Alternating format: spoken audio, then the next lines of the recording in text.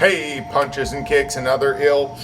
All right, this week's episode, not necessarily, we're not going to change it up a little bit. We've been throwing out a lot of techniques. I did a training tip of the week earlier this week on the Duke Roufus Striking University page. What we're going to do with my main man, he reminds me a little of my man Teddy Atlas. How about Teddy Atlas and that fight, that speech? We're fighting fires. We're fighting fires. Teddy Atlas, one of my favorite coaches. I know there's a UFC going on in Mexico this weekend, some great fights. But we're going to switch gears. I'm going to get back to my roots, striking. We're going to talk about the big pay-per-view fight. Miguel Cotto from Puerto Rico, the Boricuan Prince, versus the one and only, the Canelo, Mr. Simon, Saul Alvarez from Guadalajara. A lot of Guadalajara, Jalisco Mexicans here in Milwaukee, so a lot of fan support here. That being said, Coach Cush and I are going to break down the keys to victory. First, we're going to talk about what does Canelo have to do to win this fight, Coach Cush? I think he needs to start a little faster. He needs to put the pressure on him. Also keep his range. He's a bigger guy. He's a longer guy. He uses punches up the middle, threaten, don't circle his punches a lot. Yeah, I think the size of Canelo and the experience. That being said, I got to tell it's going to be an interesting fight. I feel the guy who's given Mayweather the best fight in a long time was Miguel Cotto. He had a great performance against Mayweather. And one of the keys to victory, I believe, for Mr. Miguel Cotto is, Canelo is a good two-handed fighter, but like most great Mexican fighters, he has a phenomenal hook. One thing I like that Freddie wrote, I've been watching a lot of the preparation. I'm a student of the game. I don't watch any sports. I'm a nerd. All I do is watch fighting, boxing, kickboxing, Muay Thai. I watch some collegiate wrestling. I watch some jiu-jitsu, obviously mixed martial arts. So that being said, I'm just a student of the game, and this is what I'm seeing from my yearly eyes. But one thing that Cotto's going to have to do, you're going to see him moving a lot to the left. And when he sees that hook coming from Margarito, like he did with Margarito, he's going to use a check jab a lot. Now, the big thing that you're going to see Canelo really working on, what do you think, Coach? I think he's gonna come up light. I think he's not gonna throw it. I'm looking for not the true hook. I'm looking for him to rip against a little shorter dude. Bop, they'll leave more of the scoop hook. Yeah, that's gonna be the key. If he gets wide, that's gonna give that jab. I think another thing that you're gonna see from Canelo is probably that right uppercut too. Because what he does well, he'll touch a right uppercut when he gets close, rip the hook to create more space, and then bomb the right and come back. So the cool thing that's impressive is the shifting of Cotto. It's going to be a great fight. He'll shift. You'll see it makes it look like he's going to hook, boom. He pops with that hard jab. He'll angle out, boom. And it's going to be a great fight. I think Freddie Roach has done an incredible job. He is a boxing genius, and he really puts together phenomenal game plans. And I really admire how Freddie connects to the fighters he trains, and he really brings out the best in them, not only in the gym, on fight night, and he's really good at building his fighters' confidence, and I think the world of him that.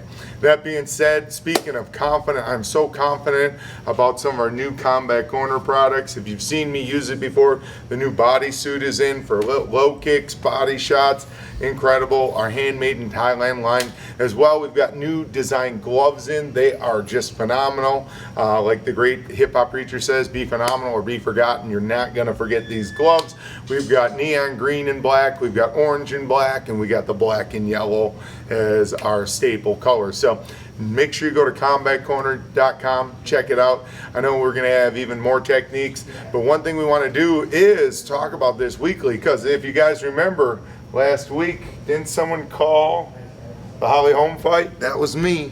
So yeah, I mean, phenomenal performance by Holly Holm. Much respect to her team, her coaching staff. I really admire her personality. She's very genuine. I actually met Holly Holm in 2001 after she bulldozed one of my kickboxing students. She just ran her over, and we had to throw the towel in. Holly Holm had a genuine concern for my student Rachel. She's always been a sweetheart and a phenomenal force.